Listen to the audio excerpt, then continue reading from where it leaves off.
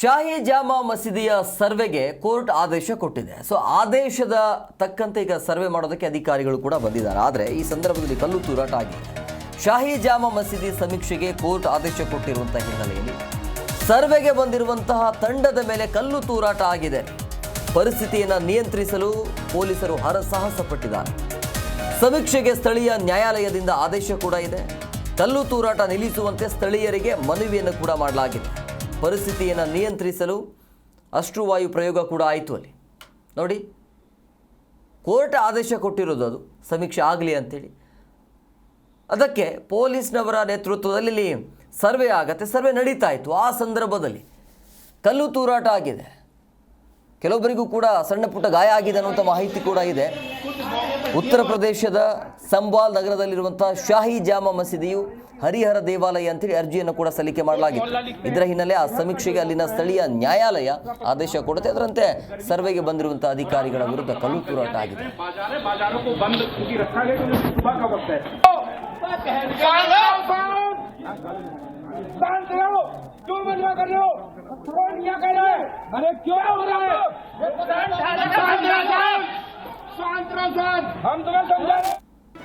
G Kannada news ಈಗ ನಿಮ್ಮ ಮನೆಯಲ್ಲೇ ನೋಡಿ. ಎಲ್ಲ ಕೇಬಲ್ಗಳಲ್ಲಿ ಈಗ ಲಭ್ಯ.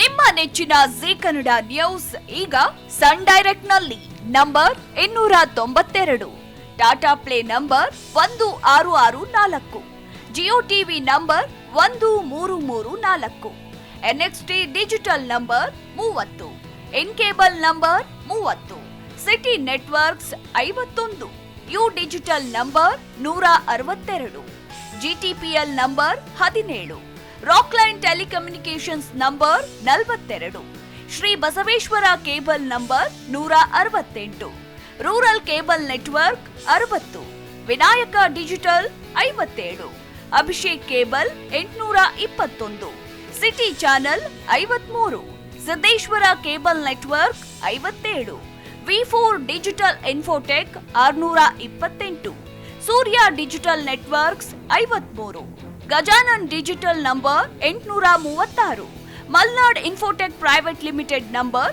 56, Metrocast number 830, victory digital number 167ರಲ್ಲಿ ನೋಡಿ ಆನಂದಿಸಿ.